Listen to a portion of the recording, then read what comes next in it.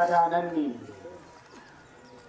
በቀስቴ የምታመን አይደለሁም።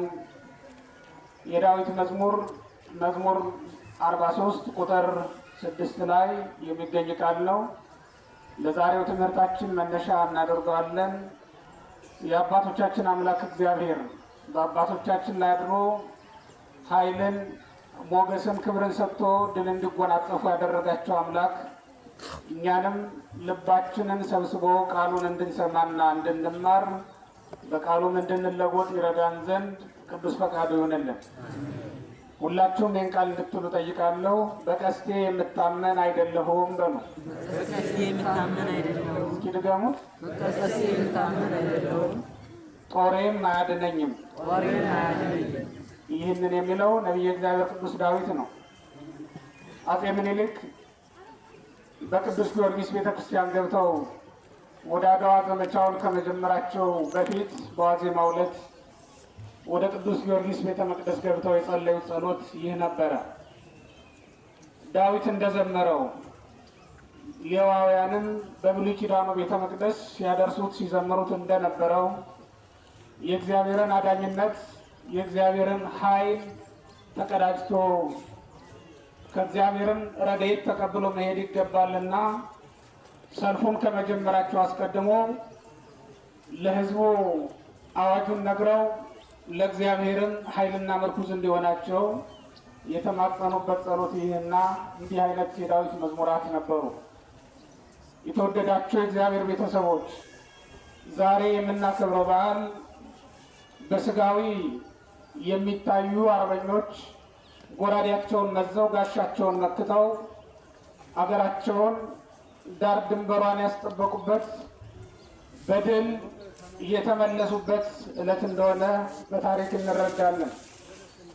በመንፈሳዊውም ቤተ ክርስቲያናችን ከሊቀ ጳጳሱ ጀምሮ ሁሉም ካህናት፣ ቀሳውስት በዝማሬያቸውና በጸሎታቸው ጠላትን ድል መንሳት የተቻላቸው ይልቁንም በዚህ ዕለት ይህ ቀን ምስክር ሆኖ በካህናቱ ዝማሬ በሊቃውንቱ ጸሎት አገር እንደምትጠበቅና ድል መንሳት እንደሚቻል ያረጋገጡበት ያስረዱበት ዕለት ሆኖ እንመለከታለን። ዳዊት እንደተናገረው በጭንቅ ቀን ሰይፍም አያድንም፣ ጎራዴም መከታ ሊሆን አይቻለውም። ጠላትን ማጥፋት የሚቻለው በድል መመለስ የሚቻለው እግዚአብሔር ለረዳውና እግዚአብሔር ለፈቀደለት እንደሆነ በልዩ ልዩ ማስረጃዎች በብዙ ታሪኮች እንገነዘባለን። በዓለም ድንቅ በሚያሰኝ ሁኔታ በድካም ውስጥ ሆነው ኃያላኑን ድል የነሱ፣ በችግር ውስጥ ሆነው ከችግር ውጭ ያሉ ሰዎችን ያሸነፉ ሰዎችን ታሪክ ይነግረናል። ከመጽሐፍ ቅዱስ ጀምሮ ሌሎችም ታሪኮች ላይ እንደምንረዳው ደካሞች ኃያላኑን ድል መንሳት ይቻላቸዋል። ማን ሲረዳ? እግዚአብሔር ሲረዳቸው፣ እግዚአብሔር ምርኩስ ሆኗቸው፣ እግዚአብሔር ኃይል ሆኗቸው ደካሞች ኃያላኑን ድል ነስተው ሲመልሷቸው ተመልክተናል። ውሃ በእሳት ላይ እንደሚበረታታበት እሳት እንደሚታወቀው ምንም የማያቆመው ተራራውን ላይ ጫፉ ድረስ ወጥቶ መብላት የሚቻለው ዛፉንም በቅጽበት ጫፉ ድረስ ወጥቶ መለብለብና ማድረግ የሚቻለው እንደሆነ ይታወቃል። ነገር ግን በውሃ ሲጠፋ ደግሞ ትመለከቱታላችሁ። እግዚአብሔር በደካማ ነገር ኃያላኑን ኃይለኛ የሆኑ ነገሮችን ሁሉ ማጥፋት የሚቻለው አምላክ ነው። ዛሬም የምናከብረው እንዲህ አይነቱን የሚያዘክር ነው። የድላችን ምንጩ የኃይላችን መገኛው እግዚአብሔር መሆኑን እስካወቅን ድረስ ድል መንሳት ከኛ ጋር ነው ወገኖች። እግዚአብሔር በቀደመው ዘመን ዳዊትም እንደተናገረው አባቶቻችን እንደነገሩን በጆሮአችን እንደሰማነው በአባቶቻችን ዘመን ድል ያደረገ አምላክ ነው። አባቶቻችንን ረድቶ በ300 ሰራዊት ብዙ ሺህ ሰራዊቶችን የማረከ ያስማረከ እግዚአብሔር ነው። በጌዴዎን ዘመን በሙሴም ዘመን ፈረሰኛ ያልነበረው እስራኤል፣ ጦር ሰራዊት ያልነበረው እስራኤል፣ ይልቁንም በባርነት ይታወቅ የነበረው እስራኤል ፈርዖንንና ሰራዊቱን ድል ነስቶ ይልቁንም የተስፋይቱ ምድር ወርሰው ይኖሩ የነበሩ አሕዛብን ከሀገሩ አሽሽቶ እንዲኖር የፈቀደለት በሀገሩም በቃል ኪዳኑ ምድር ላይ የተከለው እግዚአብሔር ነው። በሌሎችም ዘመናት እግዚአብሔር በአባቶቻችን ላይ አድሮ ስራ ሰርቷል። ኤልያስ አንድ ብቻውን ሆኖ ምንም እንኳን በዋሻ በገደል ሆኖ የሚጸልዩለት ነቢያት ያሉ ቢሆንም በፊት ለፊት የሚዋጋና እየታየ ሰልፍ የጀመረ ነቢዩ ኤልያስ ነበረ። ኤልያስ ብቻውን በነበረበት ዘመን የአባቶቻችን የፈረሰው መሰዊያቸው ተሰርቶ የረከሰው መስዋዕት ተነስቶ ቅዱሱ መስዋዕት እንዲቀርብ ያደረገው ኤልያስ ብቻውን ነው። እግዚአብሔር በአንድ ወይም በሌላ ስራ መስራት ይችላል ወይስ አይችልም? ይችላል። በደካማውም ወይም በኃይለኛው ስራ መስራት ይችላል አይችልም? ይችላል። እግዚአብሔር በጥቂት ወይም በብዙ ማዳን ይቻለዋል። እግዚአብሔር በትንሽ ወይም ደግሞ በትልቅ መርዳት ይቻለዋል። ለምትታመንበት ነፍስ ምርኩዝም ለምታደርገው ሰውነት እግዚአብሔር መድኃኒቷ ነው። ዳዊት እንደተናገረው የምድነው የምመካው በቀስቴም በጎራዴም አይደለም ነው ያለው። በቀስቴ የምታመን አይደለውም ያለው ነቢዩ ዳዊት ከመጀመሪያም ታሪኩ ሲጀምር ታሪኩ የመነሳቱ ታሪክ ሲታወጅ ለዳዊት በራሱ ሰይፍና በራሱ ቀስት እንዳልነበረ ራሱ ስለሚያውቅ ስለሚረዳ ነው። ምክንያቱም በጠጠር ሰይፍና ጎራዴ ያዙትን ገሎ ድል ነስቶ ወደ መንግስት የመጣ ሰው ነው እንጂ ዳዊት ኃይል የጀመረው ወይም ታሪክ መስራት የጀመረው ኃያል ከሆነ በኋላ እንዳይደለ ይታወቃል። ማሸነፍ የጀመረውም ሰራዊት ከሰበሰበ በኋላ አይደለም። ዝነኛ ሆኖ ከተዘመረለት በኋላም አይደለም ጀግንነት የተሰማው። ዳዊት ጀግንነት የተሰማው በልብ ውስጥ ባለች በሃይማኖቱ ምክንያት ነው። ሙቀት የተሰማው ገና ከወዲሁ ማሸነፍ እንደሚችል ያመነው በልብ ውስጥ ጥርጥር የሌለባት ሃይማኖት ስለነበረችው ነው። ክርስቲያኖች ሃይማኖት ያለውን ሰው ማን ሊነሳው ይቻለዋል? ሃይማኖቱን በልቡ አጥብቆ አጽንቶ የያዘን ሰው ማንም ሊያሸንፈው ሊያንበረክከው በፍጹም አይቻልም። በዚህ ዓለም ላይ ታላላቅ ታሪክን የሰሩ ባለ ሃይማኖት ሰዎች አሉ። ጥርጥር የሌለበትን ሃይማኖታቸውን በልባቸው ይዘው ረጅም የሚወረወሩ ወንጭፍ ከያዙ ሰዎች በላይ አርቀው መምታት የተቻላቸው፣ ረጅም ጎራዴ ከያዙ ሰዎች በላይ፣ ረጅም ጎራዴ ከሚያውጀመጅሙ ሰዎች በላይ አርቀው የጠላቶቻቸውን ደንደስ መምታት የተቻላቸው ሰዎች እናያለን፣ እንመለከታለን። እነዚህ ሰዎች አትጠራጠሩ ክርስቲያኖች፣ በልባቸው ሃይማኖታቸውን የያዙ ሰዎች ናቸው። በሃይማኖታችን ጸንተን ብንኖር፣ መንፈሳዊነታችንን ጠብቀን ብንኖር በስጋዊም ዓለም ውስጥ መፈራትንና ሞገስን አግኝተን መኖር ይቻለናል። በስጋ ብንበረታ በመንፈስ ግን ሌሏን ብንሆን ወይም ደግሞ ያልጸናን ብንሆን ክርስቲያኖች በስጋዊውም ዓለም በተዘጋጀንበትም ዓለም ድል እንነሳ እንደሆነ ነው እንጂ ድል መንሳት በፍጹም አይቻለንም። የእግዚአብሔር ቤተሰቦች ሰው መዘጋጀት ያለበት በመንፈሳዊ ሕይወቱ ነው እንጂ አስቀድሞ መዘጋጀት ያለበት በስጋዊ ሕይወቱ እንዳይደለ በምኒልክ ታሪክ በዛሬው ታሪክ መረዳት እንችላለን። ዝግጅቶቻችን በሙሉ ስጋውያን ብቻ የሆኑ እንደሆነ ድል ነሺዎቻችን ከጀርባችን ይመጣሉ። ብዙ አይደሉም፣ ጥቂቶች ናቸው። ትልቅ አይደሉም፣ ትንንሾች ናቸው። ምናልባትም የምንንቃቸውና የምናጠቃቸው ሊሆኑ ይችላሉ። መጽሐፍ ቅዱስን ተመልከቱት። በዚያ ዘመን የነበሩ ምድያማውያን እነ ጌዴዎንን እንዴት ይመለከቷቸው እንደነበረ ይታወቃል። ይሄ ደገኛ ብለው ይንቁት የነበረ ሰው ነው። እንደ ስንዴ እንጎቻ እንኳን ያላከበሩት የገብስ ቂጣ ብለው የሰየሙት ማለት ነው። የገብስ ቂጣ በዚያ ዘመን የነበሩ አርበኞች ለፈረሶቻቸው ካልሆነ በስተቀር ለራሳቸው የማይመገቡት የተናቀ ምግብ ነው የነበረው። በራእይ ሲመለከቱት ጌዴዎንን በገብስ እንጎቻ በገብስ ቂጣ ምሳሌ ነበር የተመለከቱት። ምን ያህል እንደናቁት ተመልከቱት። በናቁት ጠላታቸው ነው። በናቁት ሰው በጌዴዎን አድሮ ነው እግዚአብሔር ድል የነሳቸው ማለት ነው። ወገኖቼ ዝግጅታችን በስጋ ምንም እንኳን የተዋጣለት የተሟላለት ቢሆንም ዝግጅታችን በስጋ እስከ መጨረሻው ድረስ ሰው ሊኖረው የሚገባውን ያክል ዝግጅት አድርገናል ብለን ብናምንም በመንፈስ ግን ካልተዘጋጀን መማረኪያ ቀናችን ሩቅ እንዳልሆነ ልናውቅ ይገባናል። ዝግጅት በመንፈስ ሲሆን ግን በትንሽ ማሸነፍ ይቻላል። ዝግጅታችንን በመንፈስ ያደረግነው እንደሆነ ብዙዎችን ማሳደድ እንችላለን። መጽሐፍ እንደተናገረው በእሱ ስም ብዙዎችን ብንነስተን ራሳችንንም ሀገራችንንም ጠብቀን መኖር እንችላለን ማለት ነው ወገኖች። ሃይማኖቱ ሲደፈር የማይቆጨው ማን አለ? ሀገሩ እንድትከበርለት የማይፈልግስ ማን አለ? የራሱን ክብር እንዲጠበቅለት ከብሮ ገኖ በልቶ ጠጥቶ ደስ ብሎት ወደ መቃብር በደስታ እንዲወርድ የማይፈልግስ ማን አለ?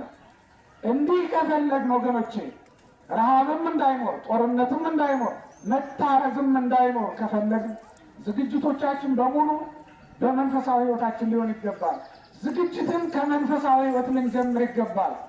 ለጠላታችን ለዲያብሎስ መልስ ለመስጠት የተዘጋጀን ካልሆን ለስጋውያን አርበኞች በክንዳችን በጦራችን መልስ መስጠት አይቻለንም ወገኖቼ። የመጀመሪያው ጭውውታችን ንግግራችን ከእግዚአብሔር ጋር ሊሆን ይገባል። ከማን ጋር? ከአምላካችን ጋር። የመጀመሪያው ሰልፋችን በጸሎት ሊሆን ይገባል። የመጀመሪያው ዝግጅታችን በሃይማኖት ሊሆን ይገባል ወገኖቼ። ድል መንሳት ከዚህ የተነሳ ስለሆነ ነው። ጉልበታችን በመንፈስ ካልጠነከረ፣ በመንፈስ ካልጸና እንዴት ድል መንሳት ይቻለናል ወገኖቼ? እንዴት ማሸነፍ እንችላለን? ነቢየ እግዚአብሔር ሙሴ በኦሪት ዘጸአት ምዕራፍ 33 ቁጥር 15 ላይ እንደምንረዳው እንደምናነበው ጉዞ ከጀመሩ በፊት አንተ አብረህን ካልወጣህ ከዚህ ቦታ አታውጣን የሚል ጸሎት ነበረው። ሁላችሁም በሉት፣ አንተ አብረህን ካልወጣህ ከዚህ ቦታ አታውጣን። እስኪ ድገሙት። ይሄ የሙሴ ጸሎት ነው። እግዚአብሔር አብሮት ካልወጣ ጉዞ አይጀምርም። ምልክት ሲያሳየው ተነስ ድንኳንህን ንቀል ጉዞ ጀምር ሲባል ነው የሚጀምር። እግዚአብሔርን አስፈቅዶ ትዳር መጀመር እንዴት መልካም መሰላችሁ! እግዚአብሔርን ጠይቆ ንግድ መጀመር እንዴት መልካም መሰላችሁ! እግዚአብሔርን ጠይቆ በትምህርት መገስገስ እንዴት መልካም መሰላችሁ! ወደ እግዚአብሔር አመልክቶ የፍርድ ወንበር ላይ መቀመጥ እንዴት መልካም መሰላችሁ! ዳኝነትም ቢሆን ስልጣንም ቢሆን ክብርም ቢሆን ባለጠግነትም ቢሆን ክርስቲያኖች እግዚአብሔርን አስፈቅደን የጀመርነው እንደሆነ ውጤቱ ያማረና መጨረሻው የሰመረ እንደሚሆን ምንም ጥርጥር የለውም። ምኒልክ ያደረጉትም እሱን ነው። ወደ ቤተ መቅደስ ገብተው እንባቸውን እየረጩ በቤተ መቅደሱ በር ላይ እየዳሁ እግዚአብሔር ከእሳቸው ጋር አብሮ እንዲወጣ አስቀድመው ለመኑት። ቅዱስ ጊዮርጊስ አብሯቸው እንዲዘምት አስቀድመው ጠየቁ። ከተጫኑት ፈረስና ካስከተሉት ፈረሰኛ ጄኔራልና ወታደር በላይ የሚተማመኑት በአምላካቸው በእግዚአብሔር ነበር። እንዲያውም አራዳ ጊዮርጊስ ሙዚየም ገብታችሁ ብትመለከቱ እንዲህ የሚል ጋሻቸው ላይ ተጽፎ ታነባላችሁ። የምኒልክ ተስፋው ማን ነው ይላል። ማን ነው? ጋሻቸው ላይ ተጻፈ ነው። ጎራዴያቸው ላይ ተጽፏል። አሁንስ የምኒልክ ተስፋ ማን ነው ይላል። ማን ነው? ማን ነው ወገኖች? የእኛስ ተስፋ ማን ነው? እግዚአብሔር ነው። ኃይላቸው አድርገው የተጓዙት እግዚአብሔርን ነው። መንፈሳውያን ሰራዊቶች አብሯቸው እንዲሰለፉ አብሯቸው እንዲዘምቱ ነበር የፈለጉት። ስለዚህም እነዚህን አድርገው ነው የተጓዙት ማለት ነው ወደ ጦርነቱ ሲሄዱ። እዚያም ከደረሱ በኋላ አድዋ ገብተው የካቲት 14 እንደገቡ በታሪክ ተመዝግቧል። ከዚያ ቀን በማግስቱ ጀምሮ ለአንድ ሱባኤ በአባ ገሪማ ገዳም ንጉሱና ንግስቲቱ ሱባኤ ገብተው እንደቆዩ ሁላቸውም ልናውቅ ይገባናል። በአባ ገሪማ ገዳም የተያዘው ሱባኤ ጳጳሱ ከሊቃውንቱ ጋር ንጉሱም ደግሞ ከሰራዊቱ ጋር የጸለዩት ጸሎት፣ የደገሙት መዝሙረ ዳዊት ሀገሪቱን ነፃ ለማውጣት በቅቷል ማለት ነው። የእግዚአብሔር ስሙ የተመሰገነ ይሁን። 7 ቀን ሞልቶ ሱባኤ አብቅቶ ደግሞ እንዲሁ አይደለም የሄዱት። በቅዱስ ገብርኤል ቤተ ክርስቲያን ንጉሱም ንግሥቲቱም ሊቀ ጳጳሱ አቡነ ማቴዎስ በሚመሩት ቅዳሴ ላይ ተገኝተው ሰራዊቱ፣ ጄኔራሎቹ፣ ሌሎች መኳንንቱ በጠቅላላ ንጉሱን መሪ አድርገው ቆርበው ከሊቀ ጳጳሱ ስርዓተ ፍትሐት ተደርጎላቸው እግዚአብሔር ይፍታ ተብለው ነው ወደ ጦርነቱ የገቡት ክርስቲያኖች። የጠላት ጦር እንደመጣ ሲነገራቸው ከሌሊቱ 10 ሰዓት ላይ ቅዳሴው እንዲያልቅ ተደርጎ አስቀድሞ ለዘመቻ ሁሉም ተዘጋጅቶ ሄደው በመጀመሪያ ቅዱስ ቁርባንን ተቀብሎ ነው። እኛ እኮ ወገኖቼ የተቸገርነው ለምን እንደሆነ ታውቃላችሁ? ረሃቡም የሚያሸንፈን፣ ጦርነቱም ድል የሚነሳን የሚደቁሰን፣ በሽታውም አልፎ አልፎ ጠቅጠቅ የሚያደርገን ለምን እንደሆነ ታውቃላችሁ? በናቅነው ነገር ድል እየተነሳን የተቸገርነው ለምን እንደሆነ ታውቃላችሁ? በመካከላችን ውሃ ሞልቶ እየፈሰሰ እየተጠማን የተቸገርነው፣ በምድራችን ላይ እህል መብቀል ሳያቆም በረሃብ በእርዛት ወድቀን የታየነው ለምን እንደሆነ ታውቃላችሁ? እኛ እኮ ዝግጅታችን በመንፈሳዊ ሕይወት ስላልሆነ ነው። ዝግጅቶቻችን ሁሉ ምድራውያን ናቸው። ዝግጅቶቻችን ሁሉ ስጋውያን ናቸው። ዝግጅቶቻችን ሁሉ የሚታዩ ናቸው። በማይታየው በኩል ሕይወታችን የተሰራ አይደለም። በፊት ለፊት የሚታየውን ሕይወታችንን ብቻ ነው የገነባ ነው። አለባበሳችንን የገነባ ነው። ስጋችንን ብቻ ነው፣ ነፍሳችንን አይደለም። የደገደገች ነፍስ ይዘን እንዴት ልናሸንፍ እንችላለን? እንደ ሸረሪት ድር ብትክ ብትክ የሚል ክርስትና ይዘን ነው እንደ ክርስቲያኖች ድል የምንነሳው? እንዲያው እንዲህ የሚልፈሰፈስ መንፈሳዊ ጉልበት ይዘን እንዴት ነው ድል ማድረግ የሚቻለው? ክርስቲያኖች እኛ እኮ በቁርባን የተዘጋጀን አይደለንም። ዘመቻውን የተቀላቀል ነው። ይሄ ኑሮ ከባድ ፈተና የሆነብን ዘመቻ የሆነብን የዘመቻ ያክል ኑሮ የሚያስፈራቸው ሰዎች እኮ አሉ። የዘመቻ ያክል ትዳር የሚያስፈራቸው ሰዎች አሉ። የዘመቻ ያክል ኑሮ ከባድ የሆነባቸው ሰዎች እኮ አሉ። እንደ ጠላት ጦር የገዛ ቤታቸውን የሚፈሩት የገዛ ኑሯቸውን የሚፈሩት የሚከብዳቸው ሰዎች በጣም አሉ። ለምንድን ነው ይህን ያክል የተሸነፍነው ትሉኝ እንደሆነ ለምንድን ነው እንደዚህ ለኑሮ ሳይቀር የተሸነፍነው የደከምነው ለምንድን ነው ትሉኝ እንደሆነ ዝግጅታችን ከስጋ ብቻ ስለሚጀምር ነው። ብዙ ሰው ትዳር ለመመስረት ቤት መስራት በቂ ነው ብሎ ያምናል። ብዙ ሰው ሚስት ለማግባት ደመወዝ ማግኘት በቂ ነው ብሎ ነው የሚያስበው። ብዙ ሰው ለመኖር የደመወዝ ከፍታ የቁጥር ብዛት የሚያኖር መስሎ ነው የሚያስበው። ግን ወገኖቼ የሀብት ብዛት ሰውን ያኖረዋልን? ግን የእግዚአብሔር ቤተሰቦች ሰው ቤት ስላለው ተኝቶ ማደር ይችላልን? ሰው በአየር ቢበር በምድርም ላይ ቢሽከረከር ፈጥኖ ካሰበው ላይ መድረስ ይቻላል ይመስላችኋልን?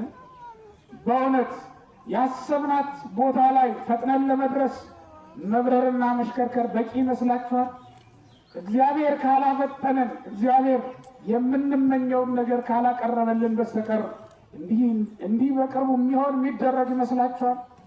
እስራኤል ከግብፅ ሲወጡ ከነዓን ለመግባት 40 ቀን ነበር እኮ የያዙት በጀት የያዙት እቅድ ያወጡት እቅድ እንደዚያ ነበር። ግን ስንት ዓመት ፈጀ? ስንት ዓመት ፈጀ? ማን አዘገያቸው? እግዚአብሔር በኃጢአታቸው ምክንያት አዘገያቸው። እንዲዘገዩ አፈረደባቸው። ወገኖቼ ከምኞታችን ሳንገናኝ የዘገየ ነው። ከህልማችን ሳንደርስ ቀንና ሌሊት በስተው የተቆጠሩት ምናልባትም በመንፈሳዊ ሕይወታችን ተሰርተን ስላላለቅን ስላልተዘጋጀን ሊሆን ስለሚችል መዘጋጀት ያለብን በመንፈሳዊ ሕይወት ነው መሰራት ያለብን። ንግግራችን መንፈሳዊ ሰዎች አያስመስልም። በእውነት አኗኗራችን የመንፈሳዊ ሰው አኗኗር አይደለም። አኗኗራችን እንደ መንፈሳዊ ሰው አይደለም። ምንም እንኳን በተክሊል በቁርባን ብንጋባም ፍቅራችን ግን በቁርባን እንደተጋባ ሰው እንዳልሆነ እናንተው ራሳችሁ ታውቃላችሁ አይደለም እንዴ? ብዙ ሰው እንደዚያ ነው። የተክሊል የቁርባን ፎቶ ግድግዳው ላይ ይለጥፋል እንጂ አኗኗሩ ግን እንደቆረበ ሰው አይደለም። የተክሊል የቁርባን ፎቶ በስልኩ ስክሪን ላይ ይታያል እንጂ እሱ ግን ለሚስቱ የሚሰጣት ፍቅር የእግዚአብሔርን ቅዱስ ሥጋና ደም እንደተቀበለ ሰው አይደለም። እሱ ለሚስቱ የሚኖርላት ወይም ደግሞ እሷ ለባሏ የምትኖርለት እንደዚህ አይደለም። የእግዚአብሔር ቤተሰቦች ድል መነሳትን በመንፈሳዊ ሕይወቱ የጀመረ ሰው በሥጋውም ድል መነሳቱ አይቀርም፣ አያሸንፍም። በመንፈሳዊ ሕይወቱ ያላሸነፈ ሰው በሥጋዊው ዓለምም ውስጥ ማሸነፍ በፍጹም አይቻለውም። እስኪ ተመልከቱት። ሐዋርያት ሰራዊት የላቸውም፣ ወታደር የላቸውም፣ ግን ድል ነሾች ናቸው። ቅዱስ ጊዮርጊስ ተጋድሎ የጀመረው ብቻውን ነው።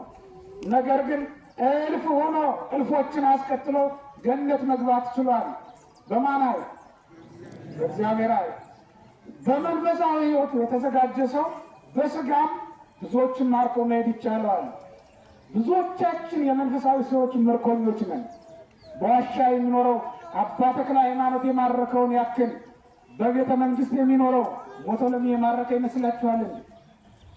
ሞቶሎሚ በቤተ መንግሥት በዝና በዙፋን ጸንቶ ያልታወቀውን ያላገኘውን ዝና አባ ተክለ ሃይማኖት በዋሻቸው ውስጥ ሆኖ አግኝተውታል። ይሄ አይገርማችሁም ወገኖች?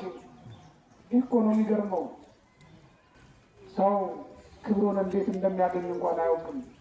ስለዚህም በመንፈሳዊ ሕይወቱ በጉስቁልና ውስጥ እየኖረ ሊያሸንፍ ዓለምን ድል ሊነሳ ይመኛል፣ ያስባል። እንደዚህ አይደለም ወገኖች። የምኒልክ ሰራዊት ድል የነሳው ትጥቃቸው አስቀድሞ መንፈሳዊ ስለነበረ፣ እኛም ይልቁንም ዛሬ አምላካችን መድኃኒታችን ኢየሱስ ክርስቶስን ድል መንሳቱ፣ ሰይጣንን ድል መንሳቱ በሚነገርበት ዕለት ይሄ ቀንም አብሮ ውሏልና ምናልባትም በመንፈሳዊ ሕይወታችን ድል እንድናደርግ እግዚአብሔር ፈቅዶልን ሊሆን ስለሚችል ሁላችንም በመንፈሳዊ ሕይወታችን ጠላታችን ሰይጣንን ድል መንሳት እንድንችል አምላካችን እግዚአብሔር ይርዳን። መድኃኒታችን ኢየሱስ ክርስቶስ በእግዚአብሔር ቃል ነው 3 ጊዜ ሁሉ ሰይጣንን ድል የነሳው። በማን ቃል? ከመጽሐፍ ቅዱስ እየጠቀሰ እንዲህ ተብሎብሃል እያለ ሰይጣን ለቆ ስፍራውን እስኪሄድ ድረስ በእግዚአብሔር ቃል ነው ድል የነሳው። እናንተ በነገር ጎረቤቶቻችሁን ድል እንነሳለን ብላችሁ አስባችሁ ይሆናል ወገኖቼ። እናንተ በክርክር ችሎታችሁ፣ በነገር ችሎታችሁ ድል መንሳት ይቻለናል በሙግት ብላችሁ አስባችሁ ሊሆን ይችላል ወገኖቼ። ግን እንደዚህ አይደለም። በእግዚአብሔር ቃል ነው ድል መንሳት የሚቻለው። ሰይጣንን ድል መንሳት ከተቻለ እንደ ሐዋርያት እኮ ዓለምን የገዙ ከዚያ በኋላ በመንፈሳዊ ሕይወታቸው መጀመሪያ ድል ነሾች ስለነበሩ ነው። ቅዱስ ጊዮርጊስም እንዳነሳውለት መጀመሪያ በመንፈሳዊ ሕይወት ድል ነስተው ስለነበረ ነው። ሰይጣንን ድል ለነሳ ሰው ምንም ነገር አያቆመው። ስለዚህ ሁላችንም ወገኖቼ ከዲያብሎስ ጋር ባለን ዘመቻ ድል የተነሳ ሰይጣን ድል እንዳይነሳን መበርታት ይጠበቅብናል። ሁላችንም ሰልፍ ላይ ነው ያለነው። ዛሬም ዲያብሎስ ድል ሊነሳን እየተሽቀዳደመ እየተፋጠነ ነው ያለው። በከበባ ውስጥ ነው ያለነው። በመንፈሳዊው ዓለም በመንፈሳዊ እይታ ስትመለከቱ የእያንዳንዳችን ነፍስ አጦልቆ በቅጠል ቀዳዳ በሚመለከት ጠላት ፍልሚያ ውስጥ ነው የምትገኘው። ስለዚህም በርትተን ጦርነት ሰልፍ እንዳለብን በማሰብ ልንዋጋ ይገባናል። ተኝቶ ማደር ለምንድን ነው ወገኖቼ? በመንፈሳዊ ሰልፍ ላይ ላለ ሰው እንደ ልብ መብላትና መጠጣትስ ለምንድን ነው? በመንፈሳዊ ውጊያ ላይ ለሚገኝ መንፈሳዊ አርበኛ እንደ ልብ እግርን ዘርግቶ ማውራትስ ከማን የተማርነው ነው ወገኖቼ? ብርቱ ጠላት እያለብን፣ ዲያብሎስን ያክል ጠላት እያለብን ይህ ሁሉ መተኛት ለምንድን ነው ወገኖቼ? ይልቁንም ድል እስክንነሳ ድረስ ነቅቶና ተግቶ መዋጋት ይጠበቅብናል። ያውም በቀስታችን አይደለም፣ ያውም በጎራዴያችን አይደለም፣ ያውም በሰራዊት ብዛት አይደለም፣ በእግዚአብሔር ቃል በእግዚአብሔር ኃይል ነው እንጂ ድል የምንነሳው። የናቅናቸው ኃጢአቶች ድል እንዳይነሱ መጠንቀቅ ይኖርብናል። ባራቴሪ ወደ ምኒልክ ሲመጣ የጥቁርን ሕዝብ ንቆ አጥፍቶ ነበር የመጣው። ጣሊያን